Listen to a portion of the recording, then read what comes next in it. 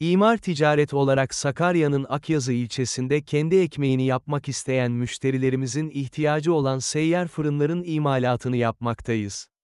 Bahçenizde istediğiniz yerde modern görünüm oluşturacak taş fırınlar sizleri bekliyor. Seyyar taş fırınlar günümüzde sıklıkla tercih edilmekte ve ekmek, lahmacun, pide gibi birçok ürünün yapımında kullanılmaktadır.